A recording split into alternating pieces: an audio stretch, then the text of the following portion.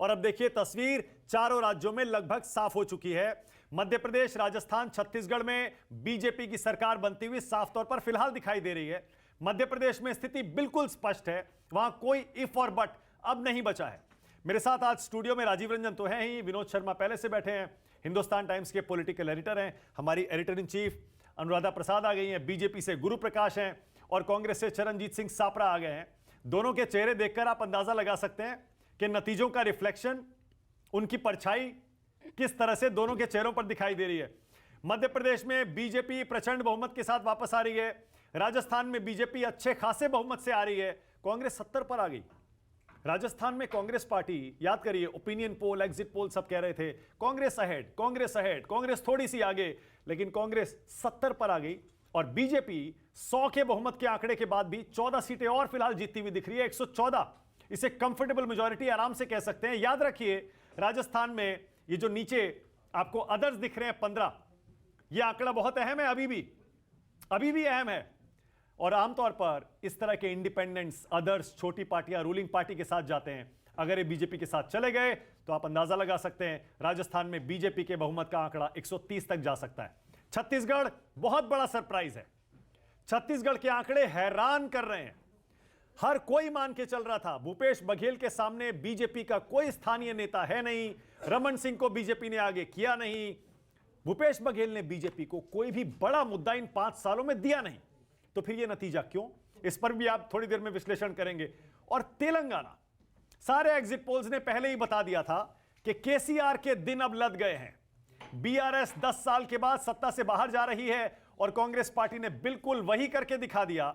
राहुल गांधी के नेतृत्व में भारत जोड़ो यात्रा हो या फिर तेलंगाना में डीके शिव कुमार के बारे में जैसे अनुराधा जी बता रही थी, तेलंगाना में कांग्रेस पार्टी की रणनीति को शेप करने में, उसे जमीन पर उतारने में डीके शिव कुमार ने बहुत अहम रोल अदा किया है।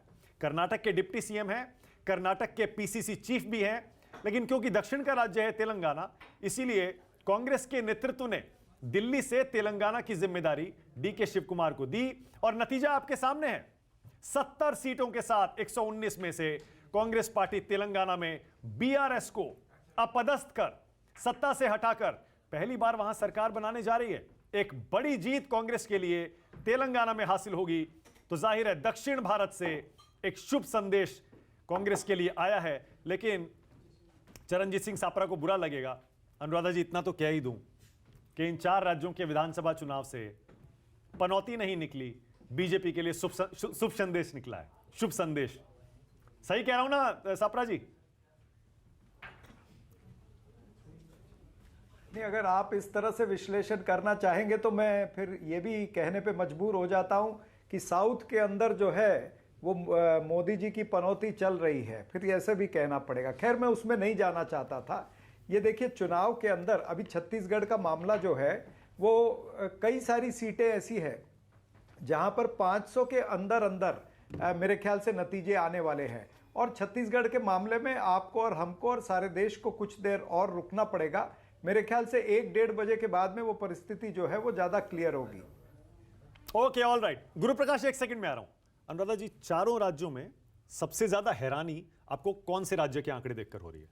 मुझे लगता है सबसे ज्यादा हैरानी मैं अभी छत्तीसगढ़ पे नहीं बोलना चाहूंगी। आई एम क्वाइट क्लियर, अभी मैं छत्तीसगढ़ पे नहीं बोलना चाहूंगी। मैं 1 घंटे के बाद छत्तीसगढ़ पे बोलना चाहूंगी। लेकिन हाँ, हैरानी वाला आंकड़ा जो है वो है मुझे ऑफकोर्स मध्य प्रदेश। जब हमारा एग्जिट पोल आया था मानक, और हमारे राजीव रंजन ने पहले ही बोल दिया है, तो मुझे समझ में नहीं आया कि क्या हो रहा है, क्योंकि मेरे ऑफिस के अंदर के लोग जो वहाँ के ग्राउंड की रियलिटी बता रहे हैं वो अलग बोल रहा है और सर्वे अलग बता रहा है। तो मैंने 2 दिन अपना फोन बंद कर दिया एक एग्जिट पोल आने के बाद, और इतनी गालियां हम लोगों को पड़ी न्यूज़ 24 और चाणक्य को सर्वे के बाद, क्योंकि उन लोगों ने ये मान लिया था कि वहां पर मध्य प्रदेश में कांग्रेस की गवर्नमेंट आ रही है। और जब आंकड़े खुले और जब सर्वे के रिपोर्ट्स, एग्जिट पोल के रिपोर्ट्स आने लगे, तो उसके बाद मैं खुद ही हैरान हो गई। मैं न्यूज रूम से भाग गई अपने रूम में, क्योंकि मैं खुद ही उसको नहीं देख सक रही थी। मुझे लगा ये क्या हो रहा है एग्जैक्टली। उसके बाद जब आंकड़े आए, उसके बाद हमने बात की जो हमारे लिए करते हैं चाणक्य के वीके बजाज, उन्होंने कहा आप निश्चिंत रहिए, आप निश्चिंत रहिए। मैंने कहा मैं तो जा रही हूँ दवा खा के सोने, अब जो होगा उस दिन देखा जाएगा। तो एग्जैक्टली ये बहुत ही चौंकाने वाला है और इसमें बहुत सारी राजनीति के मायने हैं। एक्चुअली जो मध्य प्रदेश का रिजल्ट है उसमें आज और आगे की राजनीति के बहुत सारे मायने हैं।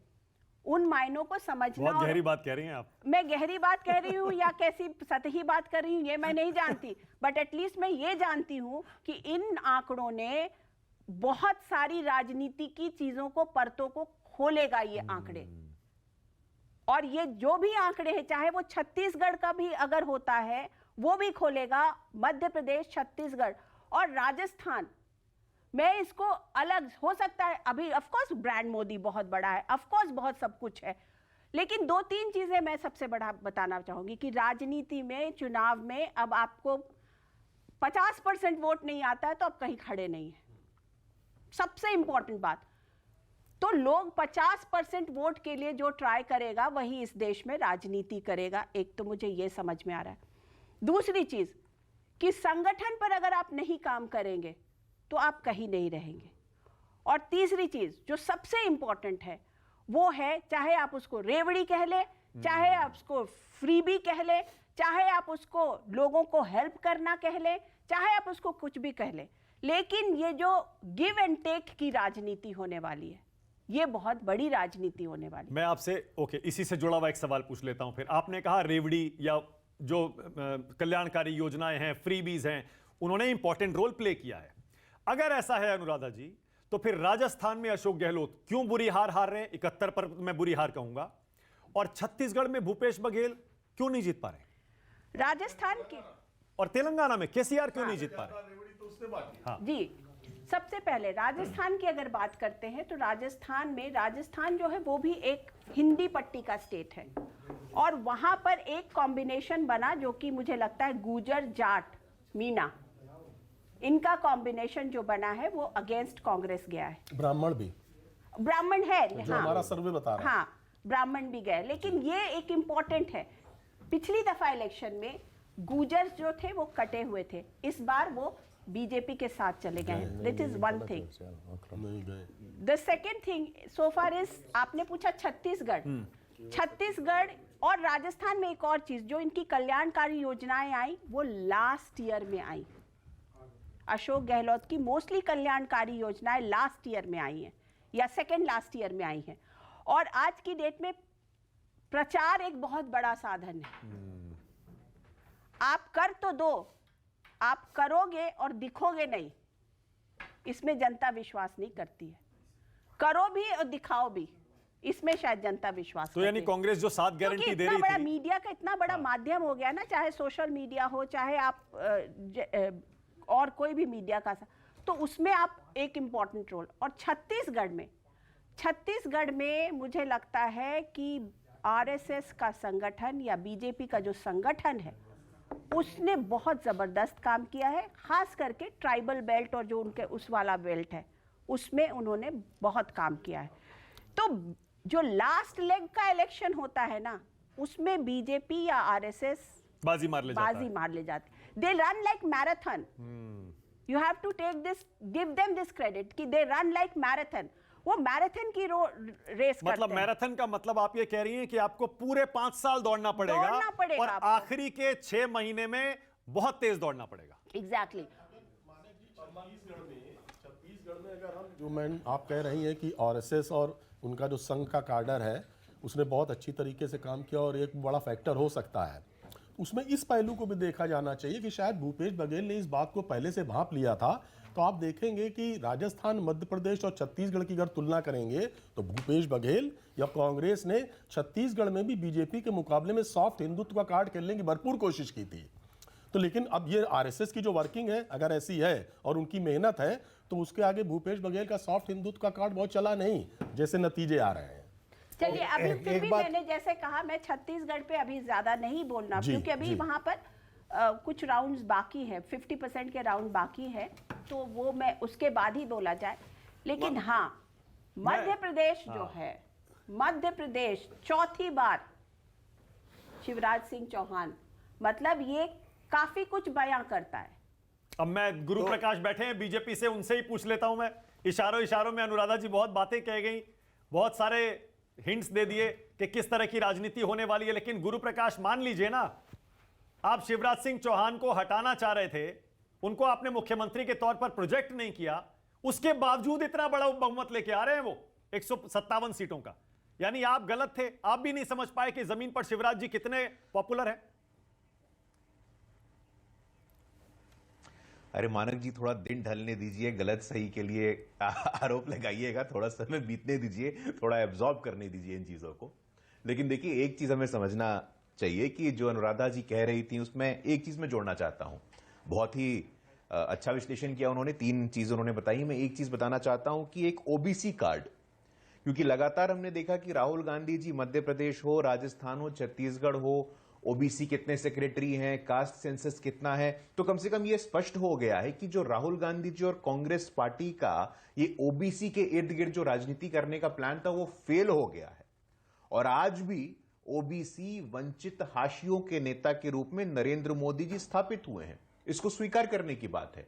आप ओबीसी करेंगे, मानक जी कल भी मैं देख रहा था, कांग्रेस पार्टी ने अपनी एक सूची जारी की थी ट्विटर पे कि वो इलेक्शन ऑब्जर्वर्स के रूप में लगभग 15-20 नेता थे, उसमें मात्र एक ओबीसी, मात्र एक दलित, मात्र एक महिला। तो जो इनकी हिपोक्रेसी है, जो इनके दोहरे मापदंड हैं, आज शुद्ध रूप से, स्पष्ट रूप से मध्य प्रदेश, राजस्थान और छत्तीसगढ़ की जनता ने इनको आईना दिखाने का काम किया है। शिवराज सिंह चौहान क्या है? तो ओबीसी है। तो ये एक चौथा पॉइंट हो सकता है। मैं अनुराधा जी के विश्लेषण में एक और पॉइंट ऐड करना चाहता हूं कि चाहे आपका कास्ट सेंसस का कार्ड हो या आपकी ओबीसी के इर्द गिर्द राजनीति का कार्ड हो, वो अब डन एंड डस्टेड हो गया है, इसको स्वीकार करना चाहिए। जहां तक मध्य प्रदेश की बात है, आपने भी कहा और काफी लोगों ने कहा, देखिए मध्य प्रदेश की जनता के हम विशेष रूप से आभारी हैं, क्योंकि जब भारतीय जनता पार्टी जनसंघ हुआ करता था तो हमारे पहले मुख्यमंत्री, मानक जी आपको याद होंगे, कैलाश जोशी जी, जनसंघ को पहली बार किसी स्टेट में गवर्नमेंट में आने का अवसर मिलता है तो वो मध्य प्रदेश होता है। तो मध्य प्रदेश और भारतीय जनता पार्टी या जनसंघ का काफी पुराना संबंध रहा है।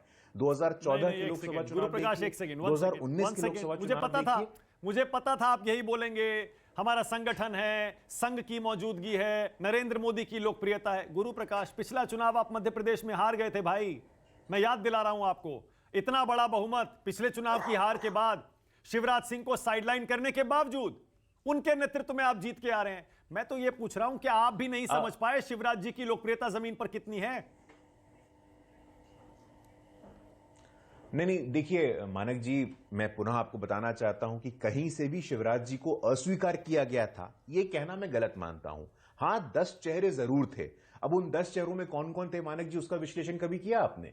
फग्गन सिंह कुलस्ते जी आदिवासी समाज के नेता, वीरेंद्र कुमार खटिक जी दलित समाज के नेता, कविता पाटीदार जी महिला ओबीसी समाज की नेता। अलग अलग क्षेत्र के, अलग अलग समाज के, अलग अलग जातियों को, लेखों को प्रतिनिधित्व देना, ये कहीं से किसी के नेतृत्व को नकारना थोड़ी हो सकता है।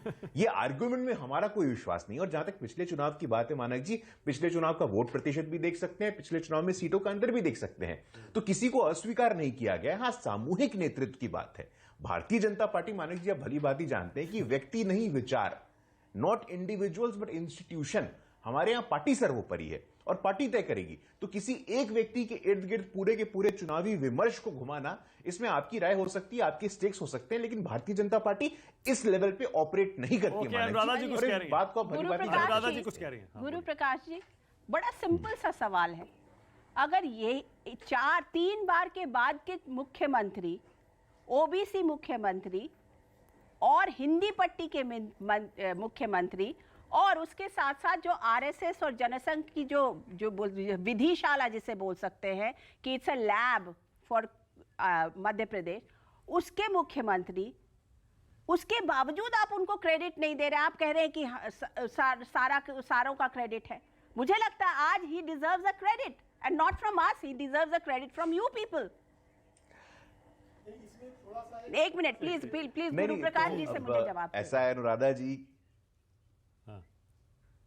नहीं बिल्कुल मैं आपको ही जवाब दे रहा हूं। देखिए अनुराधा जी, 2014 के बाद, और ये हमें समझना भी चाहिए कि जो इंडियन पॉलिटिकल लैंडस्केप है, ये राजनीतिक परिदृश्य में बदलाव आया है, परिवर्तन आया है। कहीं से भी किसी के भी योगदान को कम क्यों करना है? मैं खुद भी मध्य प्रदेश में था, इनफैक्ट हम मध्य प्रदेश में थे, हमारी सापरा जी से मुलाकात भी हुई थी इंदौर में, हम लोगों ने खूब राजनीतिक चर्चाएं भी की थी।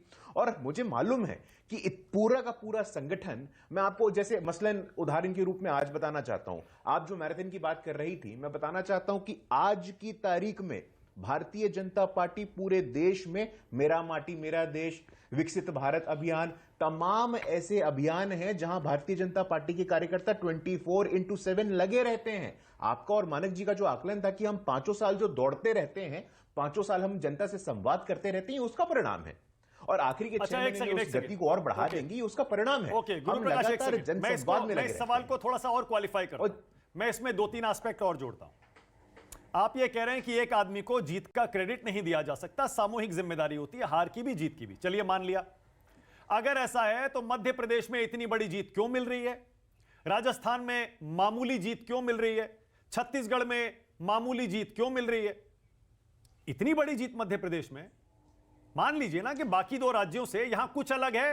अरे यहां शिवराज जी हैं। मानक जी मैं आप ही का स्क्रीन देख रहा हूं, उसमें 70 और 114 हम कांग्रेस पार्टी से लगभग 45 सीटें आगे हैं। ये मामूली जी थोड़ी ना मैं है। बहुमत के आंकड़े से जोड़ के देख रहा हूं। राजस्थान में बहुमत का आंकड़ा 100 होता है, तो आपका 100 के ऊपर 14 है। देखिए, हाँ, तो 70 114 वहां पे हैं, और हम छत्तीसगढ़ में भी, मतलब छत्तीसगढ़ में भी हम 20 सीट आगे चल रहे हैं। तो मानक जी इसको मामूली जीत आप नहीं कह सकते। देखिए गुरुप्रकाश जी, इसको तो आपको मानना पड़ेगा, ये नरेंद्र मोदी जी के नेतृत्व, आपको ये मानना पड़ेगा कि आपने एक अपने टॉल लीडर को के कद को कम करने की पूरी कोशिश की थी। Let's accept that fact. और उस टॉल लीडर ने इतने बढ़िया से इलेक्शन लड़ा कि उसने चौतरफा इलेक्शन लड़ा। हम लोग सब ग्राउंड पर थे, आप प्रवक्ता हैं, ऑब्वियसली आपको अपनी एक पार्टी की लाइन को आगे रखना पड़ेगा। लेकिन आज का सेहरा इस पूरे इलेक्शन के उसमें सिर्फ और सिर्फ शिवराज जी को जाता है। शिवराज जी ने अपने तरीके से, जिस तरीके से लिया, लोगों को किया, ठीक है, प्रधानमंत्री हैं, प्रधानमंत्री तो ऑब्वियसली देश के प्रधानमंत्री हैं, उनके लिए सारे राज्य होंगे इंपॉर्टेंट, और मध्य प्रदेश भी इक्वली इंपॉर्टेंट होगा, और खास करके जब 2024 का इलेक्शन आ रहा है उसके पहले।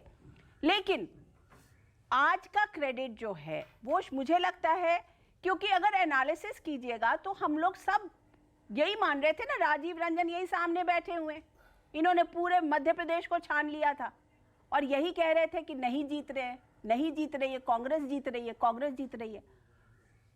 अगर मार्जिन इतना है तो ऑब्वियसली मार्जिन को आपको सलाम करना पड़ेगा। आप भले अगर वो कुछ सीटों से जीतते होते तो हम मान सकते हैं, लेकिन इतना बड़ा मार्जिन किसी एक व्यक्ति के लिए ही जाता है। नहीं, देखिए अनुराधा जी, मैं बिल्कुल आपकी इन बातों से सहमत हूं, लेकिन मैं आपसे एक काउंटर सवाल पूछना चाहता हूं और मैं आशा करता हूं इसका आप जवाब दीजिएगा। मतलब आप कह रही हैं, आपके अनुसार, आपके राय के अनुसार किसी के कद को कम किया गया। ऐसा ही सिमिलर सिचुएशन हमने छत्तीसगढ़ में देखा, भूपेश बघेल जी, टीएस सिंहदेव जी। ऐसा ही सिमिलर सिचुएशन हमने राजस्थान में देखा, सचिन पायलट जी और अशोक गहलोत जी। मध्य प्रदेश में आप मुझे एक वाक्य बताइए जहां पे किसी ने सार्वजनिक मंच पे पार्टी के खिलाफ बयानबाजी की हो। आप मुझे एक इंस्टेंस बताइए जहां पे शिवराज सिंह चौहान जी ने कुछ बोला हो, भारतीय जनता पार्टी में किसी ने कुछ बोला हो। यह अनुशासन की बात है। जब हम पार्टी विद अ डिफरेंस की बात करते हैं तो हमें यह समझना चाहिए कि हम एक अनुशासनात्मक संगठन होने के नाते पार्टी को सर्वोच्च रखते हुए व्यक्तिगत प्राथमिकताओं को सेकेंडरी रखते हैं। और इस नाते हम कह रहे हैं कि सामूहिक नेतृत्व के साथ साथ, और निश्चित रूप से मैं आपके पूरे सवाल का सिर्फ एक लाइन में जवाब दूंगी। मैं आपके पूरे सवाल का एक लाइन में जवाब दे रही हूं कि जिस दिन इलेक्शन का कैंपेन शुरू हुआ था उस दिन शिवराज सिंह चौहान जी का नाम लेना भूल गए थे लोग, बस। इसके अलावा मैं उसके बाद 2 इंस्टेंस और जोड़ देता हूं। शिवराज जी को ये क्यों कहना पड़ा कि आप चाहते हैं या नहीं चाहते हैं कि मैं मुख्यमंत्री बनूं? शिवराज जी का नाम दूसरी तीसरी लिस्ट में क्यों आया? खैर चलिए, राजीव रंजन। मैं बात बहुत सही सवाल उन्होंने, गुरुप्रकाश जी ने उठाया, मैडम ने जवाब दिया। इसमें जोड़ना मैं ये चाहता हूं कि जब भी किसी भी संस्थान में, किसी भी पार्टी में असहमति की आवाज भी सुनाई देती है तो उसको लोकतांत्रिकरण कहते हैं। उसको डेमोक्रेटाइजेशन कहते हैं उस ऑर्गेनाइजेशन का। इसमें मैं इसलिए भी कहता हूं कि न्यूज़ 24 चाणक्य ने एमपी में 151 सीटें दी और मैंने व्यक्तिगत तौर पे कहा कि मैं इससे सहमत नहीं हूं और बीजेपी की एमपी में कांग्रेस की सरकार आ सकती। मैंने कहा राजस्थान में बीजेपी की आएगी, तेलंगाना में सुनामी है कांग्रेस की, लेकिन मैं गलत हो गया। मैम को फोन इसलिए भी बंद करना पड़ा कि लोगों ने कहा कि तुम्हारे ही चैनल का एग्जीक्यूटिव एडिटर तो एमपी में कांग्रेस की कह रहा है और जो रोज घूमता है, और टुडे चाणक्य बीजेपी कह रहा है। तो हमें ये आजादी अगर इस संस्थान में बोलने की है कि हम अपना देखा हुआ भी बोलते हैं और लोगों के सामने रखते हैं, तो एक डेमोक्रेटिक और संस्थान में हम हैं, हमें पूरी आजादी है बोलने की। जिन लोगों की आजादी नहीं है उन्हें सोचना चाहिए कि वहां क्या है। बिल्कुल सही। और अगर असहमति की आवाज नहीं आती है। एक मैं विष्णु जी, थोड़ी सी बात से केवल 2 वाक्यों में कहूंगा। एक थोड़ा सा हल्का सा कंट्राडिक्शन दिखता है, गुरु प्रकाश आ रहा हूं और वो कंट्राडिक्शन ऐसे दिखता है कि हो सकता है कुछ लोगों को मेरी बात अच्छी न लगे, कि जब भारतीय जनता पार्टी में राज्य का प्रसंग आता है तो हम सामूहिक नेतृत्व और कई विकल्पों की बात करते हैं, और जब राष्ट्रीय स्तर पर राष्ट्रीय नेतृत्व की बात आती है तो एक ही व्यक्ति की गारंटी होती है। यहाँ पर भी मुझे थोड़ा सा कंट्राडिक्शन दिखता है कि हम मध्य प्रदेश में सामूहिक नेतृत्व की बात करते हैं, सामूहिक नेतृत्व, सारे चेहरे, कई विकल्प हैं। तो या राजस्थान की बात होती है, वहां पर भी हमें कहते हैं एक चेहरे को लाने के बजाय कई चेहरे लाते हैं। लेकिन जब राष्ट्रीय परिप्रेक्ष्य की बात होती है तब फिर कई चेहरों और विकल्प की बात क्यों नहीं होती, फिर एक ही व्यक्ति की गारंटी क्यों होती है? विनोद जी, उसके बाद आ रहा हूं चरणजीत सिंह सापरा। गुरु प्रकाश जी, ये जो आपकी पार्टी है ना मध्य प्रदेश में, ये 3 इलेक्शन अपने दम पे जीत चुकी थी 18 में हारने से पहले। ये पार्टी कार्डर ओरिएंटेड पार्टी है, कुशाभाऊ ठाकरे ने बनाई थी मध्य प्रदेश में। ये कभी इंडिविजुअल ओरिएंटेड पार्टी नहीं रही है। और 18 में जो आपके आज के गारंटी वाले नेता हैं, हमारे प्रधानमंत्री हैं, जब उन्होंने और अमित जी ने वहाँ कैंपेन किया तो आपकी पार्टी हार गई। और अब शिवराज जी ने जब मुख्य तौर पे वहाँ कैंपेन किया, शिवराज जी ने इसको अपने आप पे एक रेफरेंडम बना के कैंपेन किया और उस रेफरेंडम पे मोहर लगाई वहाँ की जनता ने। मैं समझता हूँ कि अगर हम एक फेडरल पॉलिटी में रहते हैं तो हमको प्रांतों में सिपा सलार चाहिए, जैसे कि अटल जी और अडवाणी जी के टाइम में होता था। ये उस ज़माने के बने हुए हैं। शिवराज जी, वसुंधरा जी और रमन सिंह जी, ये जितने भी आपके रथ पे घोड़े लगे हुए हैं, ये उस ज़माने के बने हुए हैं। और आखिर में वो राजस्थान की बात मैं कहना चाहता था काफ़ी देर से। देखिए, राजस्थान का प्रोजेक्शन जो है ना अनुराधा, सिर्फ एक संस्था को सही पता चला, वो थे फलोदी के सट्टा बाजार के लोग। वो शुरू से, मैं वहाँ गया था फलोदी, शुरू से वो कह रहे हैं बीजेपी 118 से 120, कांग्रेस 60 से 70, शुरू से कंसिस्टेंटली। कल रात को, उससे पहले और 7-8 दिन पहले जब मैं उनसे मिलने गया था, तो मेरा यह मानना है कि जो शिवराज जी हैं उनके माथे पे भी सेहरा बनना चाहिए। और प्रधानमंत्री की गारंटी तो पूरे देश के लिए है, सिर्फ मध्य प्रदेश के लिए तो है नहीं। उस गारंटी को कार्यान्वित करने के लिए आपको वहाँ ऐसा चेहरा चाहिए जहाँ की, जो वहाँ की जनता ने चुना है, और वहाँ की जनता ने शिवराज को चुना है। बिल्कुल सही है, प्रांत के लिए। ठीक है। और विनोद जी, बस मैं एक बात और कह दूं, इसी में आपकी बात में जोड़ दूं। अगर सिर्फ मध्य प्रदेश में बीजेपी अच्छा प्रदर्शन कर रही होती और सिर्फ एमपी जीत रही होती तो हम ये कह सकते थे कि शिवराज डिसाइसिव फैक्टर थे, और हो सकता है कि मध्य प्रदेश में वो साबित हो भी गए। लेकिन छत्तीसगढ़ और राजस्थान में भी बीजेपी कंफर्टेबली जीत रही है, वही पॉइंट जो गुरु प्रकाश कह रहे थे। इसीलिए मोदी फैक्टर को इन स्थानीय राज्य के चुनाव में बिल्कुल हमें राइट ऑफ नहीं करना चाहिए। ये कंसिडर करके हमको चलना पड़ेगा। नरेंद्र मोदी फैक्टर भी इन राज्यों में इस बार चला है। अब उसे पार्टी की जीत कह लीजिए, मोदी की जीत कह लीजिए, और भी फैक्टर इसमें जोड़ते चलेंगे। विश्लेषण बाद में। पहले चरणजीत सिंह सापरा जी, कुल मिलाकर एमपी, राजस्थान, छत्तीसगढ़, अगर तीनों हार गए सापरा जी, आपके लिए तो बहुत बुरी खबर हो गई है। पिछली बार तीनों जीते थे आप, सापरा जी। देखिए, निश्चित रूप से अगर हम तीनों में नहीं जीत पाते हैं तो ये चिंताजनक बात है। राजस्थान में तो मैं समझता हूं कि जैसे कहा जाता है कि रिवाज नहीं बदला और उस दौर से चले हैं हम, लेकिन मध्य प्रदेश जो है, जहां पर कांग्रेस को काफ़ी आशा थी कि हम वहां पर जीत करके आएंगे, मेरे ख्याल से उसके अंदर हमको बहुत ठीक तरह से, सटीक तरह से इंट्रोस्पेक्शन हमको करना पड़ेगा। छत्तीसगढ़ में अभी भी हम अपने फिंगर्स क्रॉस रखते हैं, क्योंकि जैसे मैंने पहले कहा कि बहुत सारी सीटें ऐसी हैं, करीबन 20 से 25 सीटें ऐसी हैं जहां पर बहुत कम अंतर होगा, तो अपने को और थोड़े देर रुकना चाहिए, 1-1.5 घंटा और रुकने की जरूरत है। लेकिन निश्चित रूप से कांग्रेस पार्टी को आत्मनिरीक्षण तो करना पड़ेगा। आप बहुत कम शब्दों में अपनी बात कह रहे हैं आज सापरा जी। 24 से पहले आप तो मान के चल रहे थे, दावे थे आपके 5 जीतेंगे, 5-0 जीतेंगे, 4-1 जीतेंगे। अब अगर 3-1 हो गया ये, यानी आप सिर्फ दक्षिण भारत जीत रहे हैं, हिंदी पट्टी पूरी बीजेपी जीत रही है। देखिए, बहुत बुरी खबर है आपके लिए। नहीं, आप इस तरह का विश्लेषण कर सकते हैं कि साउथ में कांग्रेस जीत रही है और नॉर्थ के अंदर यहां पर बीजेपी जीत रही है। ये आज के समय में ये आकलन आप कर सकते हैं, लेकिन आने वाले समय के अंदर मैं आपको बताऊं, चाहे कुछ देर पहले यहां पर ओबीसी वाले मुद्दे की चर्चा हो रही थी, ओबीसी वाला मुद्दा जो है ये निश्चित रूप से आगे भी रहेगा। ये आप एक मुद्दे को एक चुनाव के साथ में खत्म नहीं कर सकते हैं, और अनेक मुद्दे रहेंगे। 2024 के लिए ये मोदी वर्सेस मुद्दा होगा, उसमें अनेक मुद्दे होंगे। ओके, ऑल राइट, जरा वो तस्वीर फिर से होगा। दिखाइए जो थोड़ी देर पहले अभी हम दिखा रहे थे स्क्रीन पर। शिवराज सिंह चौहान और ज्योतिरादित्य सिंधिया गले मिलते हुए और एक दूसरे को बधाई देते हुए। अनुराधा जी, क्या हम ज्योतिरादित्य सिंधिया के योगदान को मध्य प्रदेश की जीत में क्या हम कम करके आंक रहे हैं क्या? क्योंकि जब से वो आए हैं उसके बाद से ही बीजेपी की सरकार भी आई, फिर बची भी बाई इलेक्शन के बाद, और इतनी बड़ी जीत में आपको मानना पड़ेगा ज्योतिरादित्य का योगदान तो होगा। नहीं, इसमें सबसे बड़ी बात है जो मुझे लगता है वो ये देखना होगा कि जो ये नया मोदी जी ने खास करके और अमित शाह ने एक राजनीति में एक नए कल्चर की शुरुआत की है, जबरदस्त काम करना।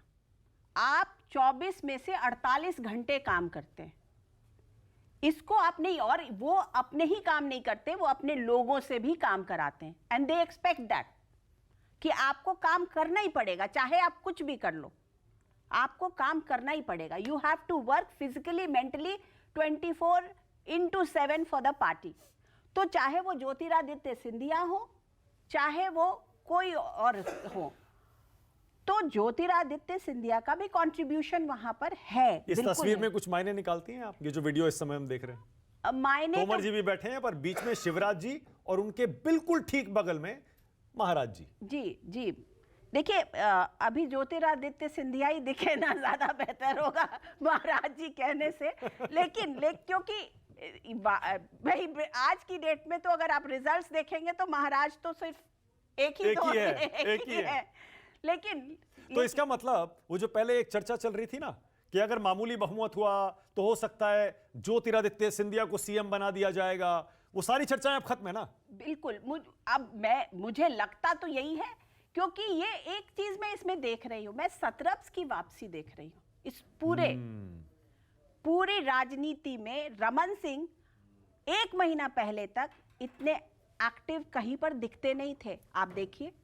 और उनके नॉमिनेशन में मतलब, तो वो मैं सतरप्स की वापसी देख रही हूँ। Okay, same with Vasundhara Raje ji. Of course वो विजिबल नहीं रही, लेकिन वो लड़ रही थी, उनके लोग लड़ रहे थे, और इनफैक्ट सेकंड लास्ट जो सीट्स जब डिक्लेयर हुए तो उनके काफी लोग